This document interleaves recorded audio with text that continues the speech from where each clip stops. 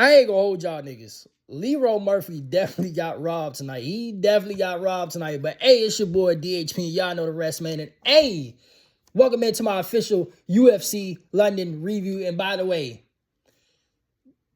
this fight was going between Mossad and Leroy Murphy, it was one of these fights like the Sean Strickland and Fluffy Hernandez fight where I'm like, bruh, like we do all these, breaking down the fights analytically, predicting fights, who's going to do what and shit like that, all for the shit to be turned upside down and the shit just, the script is fucking flipped upside down, bruh. Tonight was about to be one of these nights where you can say one thing and then the script is flipped and it's like, damn, do I really know anything about MMA, bruh? But yeah, UFC, we gonna get into a lot of shit tonight because CLD, technically it wasn't even an upset because the odds had CLD. CLD wasn't really an overwhelming favorite on the odds, but he was a good sizable favorite. I think he was like a minus like 230 something, I believe, over Roman Dolidze.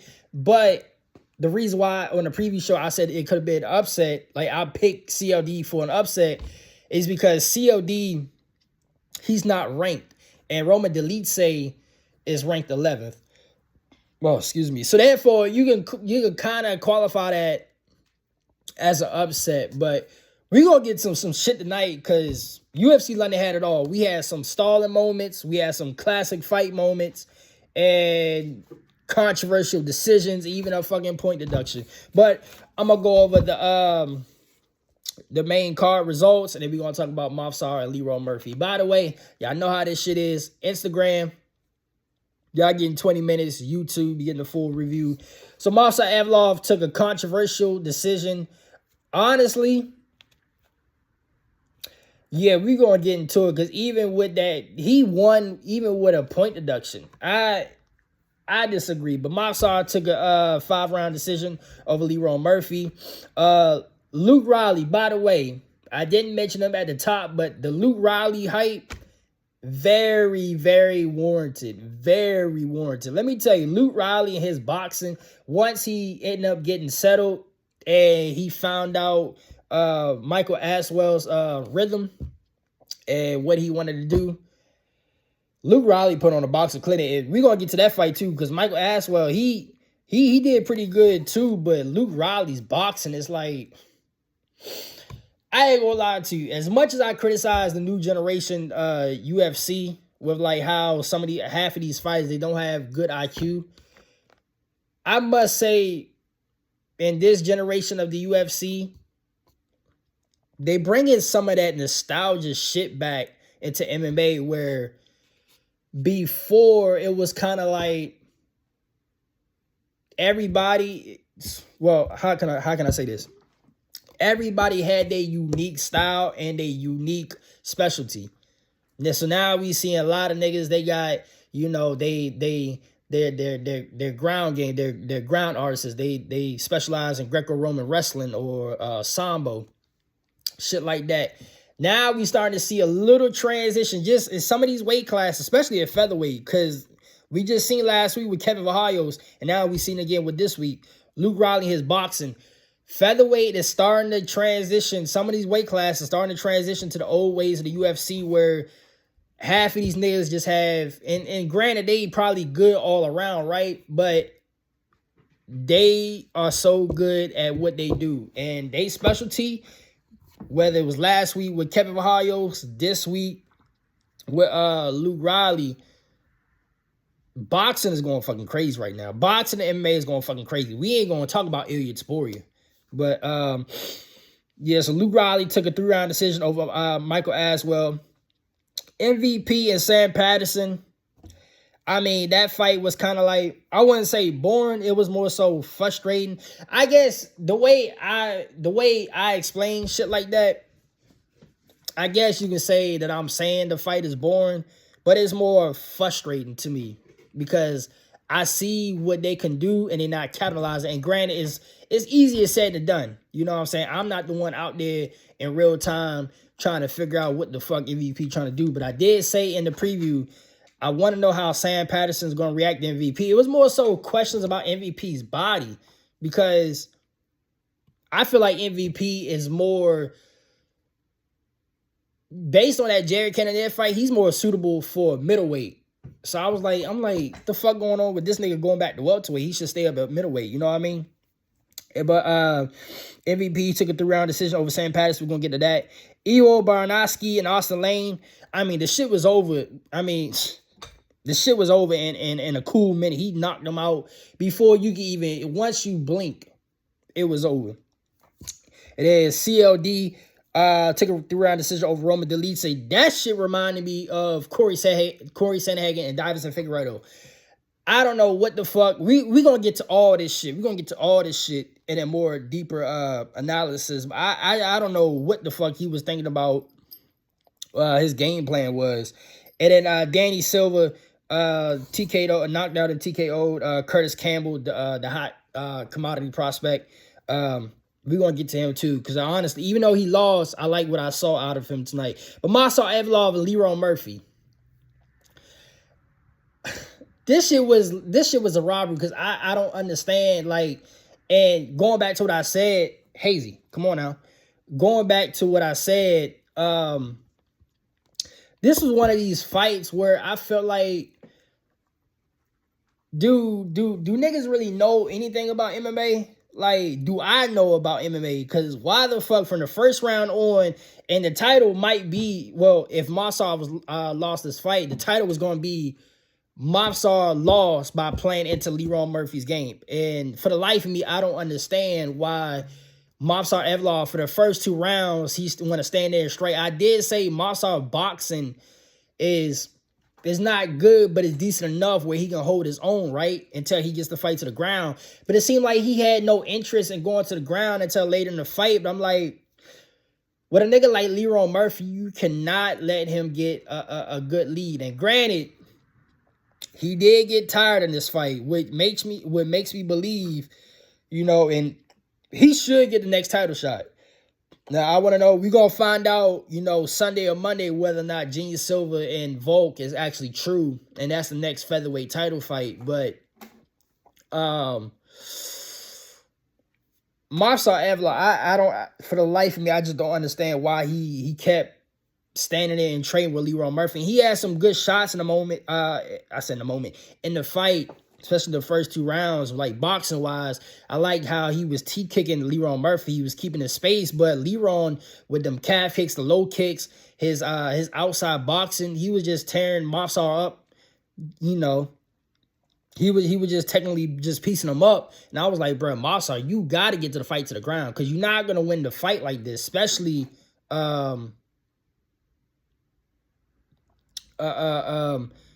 especially with Leroy fighting like this. You got to get to the fight to the ground, because you're not going to win the striking. If it comes to the striking department let me put it this way.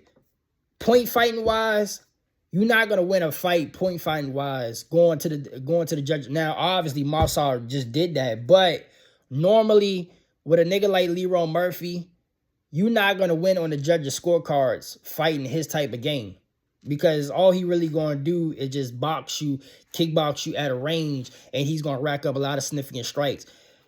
But and then even like the point deduction, when he kicked him in the nuts the second time he got the point deduction, I'm like, oh, Mopsar, it was questionable, but when Mopsar kicked him in the nuts twice, that second time, and he got the point deduction, I'm like, he definitely need to finish now. Like, there was just a little bit of doubt that maybe Mopsar, you know, if he had like a good dominant 5th round, which he did, if he had a good dominant 5th round, then maybe he could steal the fight away. But after that point deduction, I'm like, it's over. Like, any chance that Mopsar had is over. But apparently, so I want to know, because the second round on the compy box, it seemed like the second round was close. So I want to know if they gave Mopsar, it was either whether the second or third round, one of them rounds on the compy box was close. So I want to know if they gave this nigga Mopsar the second round, and then, because he He clearly won the fourth and fifth round. In my personal opinion, Mofsar clearly won the fourth and fifth round. But I thought that, the third round, especially the first 3 rounds, went to Leron. Well, actually, the first 2 rounds went to Leron, and then that point deduction in that third round was like, okay, now Mofsar, because technically Mofsar won that round, but because he had that point deduction, I'm like, it's a draw. So with that draw, maybe my math is off. But Leron won the first 2 rounds, at least to me, right? Mofsar ended up getting a point deduction, which means that third round was a draw, and then Mofsar won the last 2. So, I mean, but if that was the case, right? If that was the case, Leron won the first 2 rounds. Mofsar and Leron went to draw, but Mofsar won the last 2 rounds. Wouldn't that fight become a draw? Unless I'm missing something, unless I'm missing something. I feel like either Leron won that fight because that third round was a draw, but to be quite honest, now that that we know that Mofsar won this fight, and so now it's gonna be, Mofsar, he's getting the next shot, right? I don't know if I say Leron getting the next shot. Hopefully, I didn't say that to get in the video, but I'm correcting now. Mofsar Avalon. Now we know that Mofsar won the fight and he's gonna get the next shot. I want to know if they gave that second round to Mofsar, because that will only make sense to me that for Mofsar to have this decision, right? It seemed like, or it feel like to me. Hold on, Hazy. It feels like to me that they gave that second round to Mofsar, but I just don't understand. And it goes back to even the Aaron Blanchfield fight like months ago. Like, Aaron Blanchfield took so long. I forgot who the fuck she fought, but I'm sitting there, I'm like, why are you standing and trading? Go ahead and take this girl down because she cannot fuck with you on the ground. For the life of me, I don't understand why. And this goes back to my criticisms of this generation UFC, where you see you have a clear advantage in one part of the fight and you take so long to get going. Like I said, bro, this fight was about to be on some Sean Strickland and Fluffy Hernandez type shit where I'm like, God damn, do I know anything about MMA? You know what I mean? But credit to Mofsar, he adjusted well. And you can see that Leron, even in those times, it was like, 5-6 times Mofsar took him down? I think it was more than that, honestly. Leron, and credit to Leron because he got back up too, but you can tell clear as day, like that third round on, when Mofsar was really, hammering down or getting the fight to the ground, this was like, this what you should have did from the first round on, you know what I mean? Like, to be quite honest,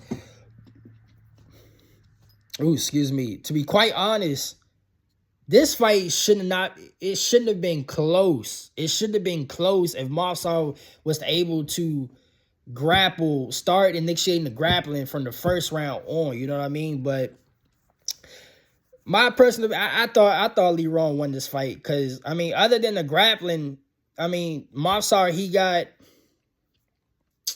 damn, that fucking light. I got to fix that light over there. But from Leron, he pretty much outboxed and out-kickboxed Mofsar. I like how he was level changing.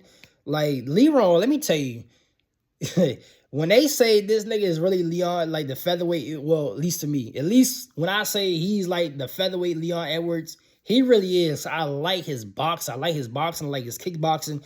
And he was low-key. I mean, Mofsar had like a second win, but he was low-key shutting Mofsar down with the calf kicks and leg kicks. Like, he was keeping him at bay. And, his teeth kicks, his body work. And he wasn't really head hunting. He was mixing it up from body to head. I like his strategic boxing and kickboxing in this fight. But Mofsar, I felt like I felt like it was too little too late for Mofsar, but apparently the judges says otherwise. You know what I mean? This is exactly why they say don't leave the fight in the hands of the judges. But Mofsar got a controversial decision, in London. He's up next, bruh. Now we gonna see if Gene Silver and Volk is if that title fight is true. We gonna see tomorrow, Monday, but Mofsar, he's next. He's next. He's definitely next. Luke Riley. Let me tell y'all, Luke Riley hype is definitely warranted. His boxing, now that first couple minutes of that first round, when Michael Aswell, he was giving him nice, good combinations, he would give him like a couple good combinations and then clinch him up against the cage. Then he'll reset, give him a couple good combinations, and then push him against the cage and clinch him up against the cage. When Luke Riley actually, slowed the fight down and, he figured out what the fuck Michael was doing, and he took center charge of the octagon, and he got down to his boxing, there was nothing Michael Aswell can do. There was nothing Michael Aswell can do. Luke Riley, I ain't gonna lie to you. Me talking about this shit, featherweight, the past couple weeks, bro. Past couple weeks between Kevin Verhajos, the card last week with Kevin Verhajos, up until this week with, Mofsar, Leroy Murphy. Then we got Luke Riley, Michael Aswell. And then we got Danny Silva and Curtis Campbell. Featherweight, bro. Featherweight, dare I say, I always say this, but dare I say featherweight might be heading towards like one of the top weight classes of the UFC over lightweight and welterweight. Dare I say, because we got the current, we got the old guard still competing at a high level, and they look at the future. This nigga Luke Riley is good as advertised. And his boxing, I'm telling you, his boxing is fucking nice, bro. The way he was setting up his hooks, did that fucking straight jab, bro. And credit to Michael Aswell, because his chin is durable, but Luke Riley put on a boxing clinic in this fight. Once, that first couple minutes was shaky because it seemed like he couldn't get his rhythm going. But once he found out what Michael Aswell was doing, and he found out like the time of his rhythm, Luke Riley sat the fuck down, got his shit together, and you can say he entered the flow state. Luke Riley entered the flow state with his boxing. That was beautiful. That was a boxing clinic that he put on tonight. But he got the 3-round decision.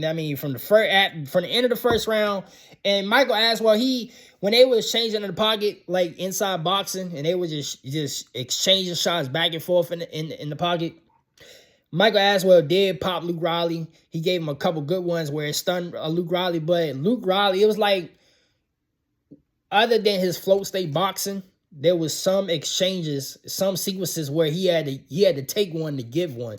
And there was a couple shots where he took flesh on the chin and he just walked the fuck through it. Like this nigga Luke Riley is something different, bro. I'm excited for the featherweight future. I honestly am. Featherweight from here on out, like I said, from last week, Kevin Verhajos, to this week, I'm excited for featherweight. Very excited for featherweight. But yeah, he took the 3-round decision over Michael Aswell. Just put on a boxing clinic. There ain't no other words I can say. MVP and Sam Patterson. Here we go. And it kind of hurts me because y'all know, for those that fuck with me on both channels, y'all heard me say it all the time. MVP, I follow MVP before he got the Bellator. Then once he got the Bellator, and then me being in high school, and then after high school, like 2015, 2016, 2017, I wanted MVP to come into the UFC so fucking bad because I feel like he could have been welterweight champ, right? But I ain't gonna lie to you, this was probably, and granted, Sam Patterson, it was the same way how I felt about Bobby Green's last fight, where I feel like these niggas don't know what to do with that type of style. You know what I mean? Like MVP, he's bouncing around. He got the Wonder Boy, and it's crazy because UFC 5, when MVP got put in the UFC game, right? They pretty much gave MVP Wonder Boy's preset movement, because low key Wonder Boy, not even low key, high key. Now Wonder Boy has a little bit wider stance, but Wonder Boy and MVP got the same movements for real. But it seems like they don't know what the fuck to do with that stance. Like, the only thing about this fight that I wish MVP would have did more, he just got you know, I wish he could have been more active. To me, he only won this fight just because he threw a little bit more than Sam Patterson. Neither one of these niggas was active, but I feel like Sam Patterson, it was same thing I said about the Bobby Green fight. Like, when these niggas in that stance, when they all like in that karate stance and they got their hands down, it's like, it's kind of fool's gold, because everything is right there and open. Like, everything is right there and open, but it takes a nigga to be so fast and twitchy like them to counter you back. And that's what, in this fight, Sam Patterson, he was just getting countered all fight long, because MVP wasn't really that active. MVP really won just by countering Sam Patterson, because Sam Patterson didn't know how to attack MVP stance. You know? Like, honestly, if Sam Patterson was well-rounded overall, and I already knew going to this fight, like, I feel like if Sam Patterson, and I did say in the preview, if Sam Patterson could just trap MVP, he could hurt MVP, because his boxing is pretty nice and he got power. But Sam Patterson, he didn't cut off the octagon. He just let MVP do what the fuck he wanted to do, and that's because Sam Patterson ain't really, he was confused. And my only complaint about MVP is he should have been more active. Like, he should have been leg kicking the fuck out of Sam Patterson. Make Sam Patterson, hold on. Where's, there you go. He should have made Sam Patterson like really fight him for real. Even I don't know. I feel like MVP should have been more active. To keep it, long way of saying it, MVP should have been more active, because Sam Patterson wasn't really doing nothing. You know, if MVP, and granted, Sam Patterson do got some power, so I understand why MVP was doing some of the shit that he was doing. But MVP, he was like taunting a little bit, like he was like, come on, let's fight, like type shit. But like, MVP, you ain't really doing nothing your damn self, you know. I mean, I felt like if he was being more the aggressive fighter, then maybe I'll accept the taunting, but he ain't really do nothing, you know. But MVP just won this fight just based on countering this nigga. But, you know, MVP got another dub in the UFC. And I peeped the Michael Jackson walkout theme, because it goes back to my video I made on my other platform on Instagram. MVP, the direction they going with MVP with the matchmaking, it's like, what the fuck going on? And shout out to MVP for putting on some MJ, but they don't really care about us. Like, low key, if you're not really thinking about what the fuck they doing with MVP, that was him walking out to that to that MJ song. He's frustrated. He's frustrated with the matchmaking in his direction. But MVP got another dub in the UFC. Hopefully they give MVP a matchup where it will force this nigga to fight. Because, I mean, I've seen the comments already. MVP is boring and this and that. I mean, MVP can be boring, but the type of nigga that MVP is, you need somebody that's willing to dance with him. You know, it goes back to the Izzy and Yo Romero fight back in the day. Izzy is entertaining, but you need a well-qualified dance partner for him. You know what I mean? Like, you need somebody that's going to go after it, which is kind of crazy because Yo is kind of like that, but Yo is kind of like the same way too. Like, you need a dance partner with him as well. So, but MVP, he's one of those niggas where you kind of got to go after this nigga. You know what I mean? To get him to like truly fight. But hopefully they give him another matchup a fight, you know, that's because the fight he had with the fight he had with Cannonier and Shara, it was pretty entertaining to me. You know what I mean? And that's because these niggas they the type of fighters that's gonna come after you. You know what I mean? But MVP got another dub. Iwo Baranowski. This is what light heavyweight needs.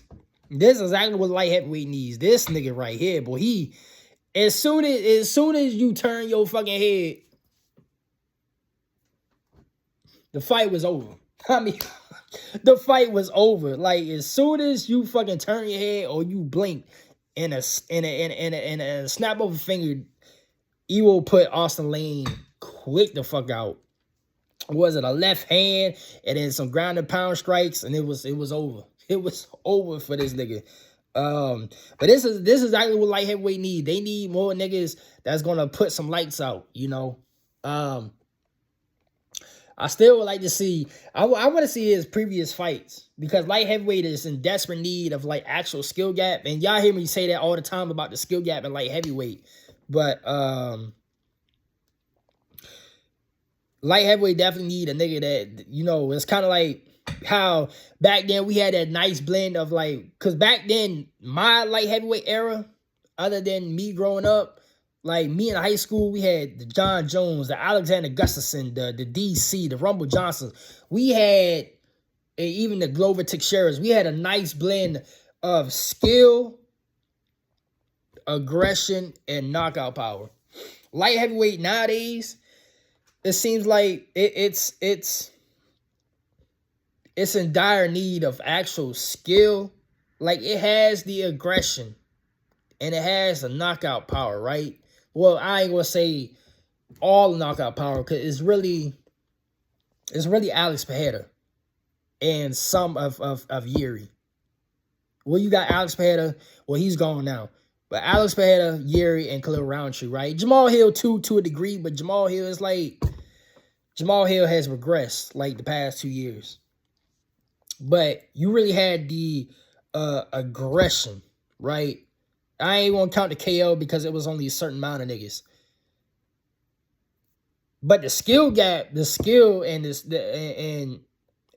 tool set and these niggas' overall MMA game is completely missing. So we still got the aggression now with niggas like Io, how you pronounce his name, Barnowski or Bernuski, whatever. I'm bad with names. Now he's bringing that KO back to the front for it. Because now Alex Pereira gone, you know. Really, the only person that has like that one-hitter, quitter, KO type shit of power is really Khalil Roundtree. But Khalil Roundtree is more like a Muay Thai specialist, you know. Yuri, he's not the one-hitter, quitter, Alex Pereira and Khalil Roundtree type power. He just have enough power to stun you, but he overwhelms you with his aggressiveness. That's where I put him in aggressiveness. But Barnowski, he's bringing that KO shit back to the front for it. So shout out to him. And CLD, let me tell you, hopefully I can squeeze this in a title. But CLD, this nigga is fucking dangerous at middleweight. Now, when he gets to certain matchups, like he might, like a Brendan Allen or maybe RDR. See, that's the thing about RDR because he's losing these fights, but stylistically, RDR is a dangerous matchup for anybody. But Brendan Allen, RDR, even Fluffy, even Cam Zad, but Cam Zad, I'm trying to exclude Cam Zad because I think Cam Zad, he's going up to like heavyweight, especially with Alex Pereira going up. I really think Cam Zad might go up to like heavyweight, for real. But when CLD started facing those type of niggas, he's going to have a hard time because of the grappling. But striking-wise, now, back in the day, you know, like 4 or 5 years ago, like 3, 4, 5 years ago, we said that Cyril Gahn is like a middleweight at heavyweight. Like the way he's moving, he's moving like as if he was a middleweight. Well, COD, we just found, if niggas didn't know before, niggas found out tonight, COD is high key Cyril Gane at middleweight. Cyril Gane, CLD. You know what I'm saying? Like, CLD is legit Cyril Gane at middleweight. So we finally found Cyril Gane's middleweight. We got Cyril Gane middleweight at home, and it's CLD. For the life of me, I don't understand what Roman Dolidze tried to do in this fight. His game plan reminds me of Davison Figueiredo. It really do remind me of the Corey Sandhagen and Davison Figueiredo fight, because I don't know what the fuck his game plan was. You know, he was trying to get to the fight to the ground. He was doing the same shit Movsar Evloev was doing. Well, actually, he did it first because Roman was earlier in the night. But Movsar Evloev, he was trying to do those the spinning elbows like Leroy Murphy was doing, the spinning back fist, the spinning elbows. Roman Dolidze was spamming the fuck out of the spinning elbows and spinning. And the first time he caught CLD. He caught CLD the first time with it. But the last couple times, like, bro, like CLD, it was so choreographed. CLD knew when it was coming, right? And then he tried to get, you know, and Roman Dolidze finally got the fight to the ground in the third round, but it was like too little too late type shit. Like, CLD already had the fight won, but like, it's like Roman, he didn't even want to be in there. You know, CLD was oblique kicking the fuck out of him. Nice leg and calf kicks. His boxing was crisp. He had nice fucking straight jabs to the body. His kicks he almost connected on a lot of spinning wheel kicks. I mean, you want to talk about boxing clinic with Lou Riley. The CLD had a kickboxing clinic. He had a kickboxing clinic over Roman Dolidze. Roman Dolidze, we thought this nigga could have been something, but his time is definitely up. We talking about Josh Emmett last week, but his time is up. Roman Dolidze, his time is definitely up. Like, whatever we thought of Roman Dolidze, and it seemed like he had shit going, and then the fluffy fight happened, and then,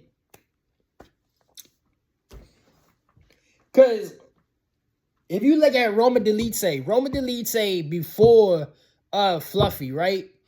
Before he fought Fluffy, and then after Fluffy, and then you see this fight right here, it's like, bro, whatever Fluffy did to him, it just demoralized Roman Dolidze, because Roman, he's much more aggressive than this. Now, granted, his boxing is not the best, but he has power to go along with his boxing, which makes his boxing dangerous. But it seemed like Roman didn't even want to be in there. Like, CLD pretty much outclassed Roman Dolidze. Now, granted, when the fight got to the ground, Roman, he tried in the first round, but CLD was able to, to get back up and shit like that. But the third round, Roman, he was able to get his back, control him, do some little ground and pound damage on CLD. But other than that, CLD pretty much just dominated and just outclassed this nigga Roman Dolidze. I don't know, bro. I don't know what the fuck Roman Dolidze, like, his game plan going into this fight. But let me tell you, CLD, we're going to talk about it more on Monday's weekend recap. But CLD at middleweight, going forward with certain matchups, oh, this nigga's going to be dangerous, bro.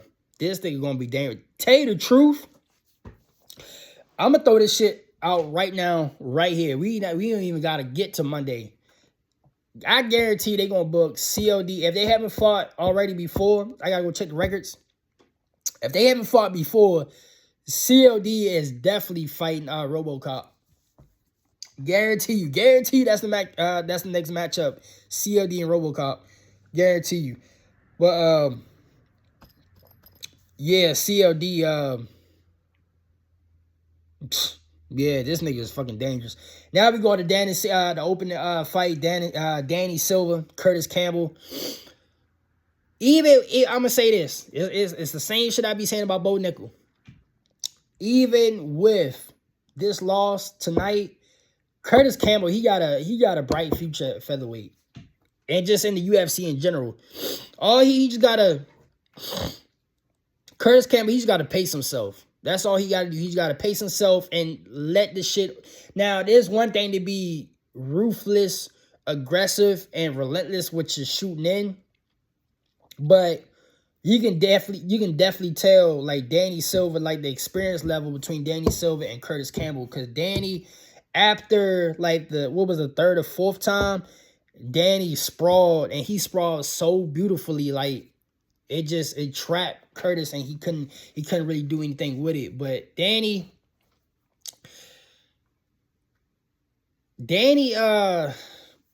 I fuck with both of them. I fuck with both of them. Because Danny, his boxing is crazy. His boxing is crazy too. Curtis Camp. Now, I do think Curtis has the more upside because his boxing is good. But you can tell, like, his bread and butter is getting the fight to the ground. So I do think Curtis got the more upside. But Danny, he just overwhelmed Curtis with just more experience. And then, you know, once Curtis got, you can tell after that first round, Curtis was just tired. And, you know, fatigue. You can have a durable chin and shit like that, but if you like really tired, your body gets weakened and that chin definitely gets tested. That's like the best time to really headhunt the nigga for real is when they like, you can definitely tell they fucking tired and shit. Like you play the UFC 5 video games and they fucking stand-up bar is like down to like the yellow part and it's fucking blinking. And then the fighter, especially with UFC 5, they got the animation where the fighters is sluggish and they're limping like their leg is fucked up, but in actuality, they're just tired. That's the best chance to overwhelm a nigga and start headhunting, because when your body is depleted like that and is weakened and is fatigued, I mean, your chin is super fucking weak, you know. But yeah, Danny ended up putting him out with a barrage of strikes in that second round. But Curtis, my personal opinion, even with the loss, I think Curtis still got a bigger upside just because of the grappling. But Danny Silva, he did the damn thing. And I think they say he's Cub Swass's prodigy. I could definitely tell. The way he was fighting, yeah, that's the way he was boxing, and his striking, his movement is a little bit of Cub Swanson's esque. So yeah, I could definitely tell he was influenced with that. But UFC London all around was a banger, and the crowd was fucking lit. This, I don't want to keep going over it, but the Apex, y'all know how I feel about the Apex. UFC London tonight, the crowd is another reason why, even during the times where it felt like it was boring and it was stalling moments with the MVP, they was booing and shit like that. But the crowd engagement, this is my whole point with the Apex shit. Like, the crowd engagement. When you get into cities like this, like in London, the crowd goes fucking crazy. Whether it's boring stalling moments or whether you get nice classic fight moments like Mason Jones and Axel Sola, or even, you know, I wouldn't say this is fight of the year candidate, but Movsar Evlov and Leroy Murphy was definitely a good fight. Definitely a good fight. And even during that fight, the crowd was going lit. But UFC London, like I say, had everything. Boring stalling moments, classic fight moments, point deductions, and the crowd was fucking lit. What more can you want? This prime example of, like, made on paper, it don't look as appealing to the casuals or anything like that, but it turns out to be one of the better events, maybe of the year, you know what I mean? But, you know, until my next video on Monday, this is my official UFC London review. I'll y'all niggas later, man.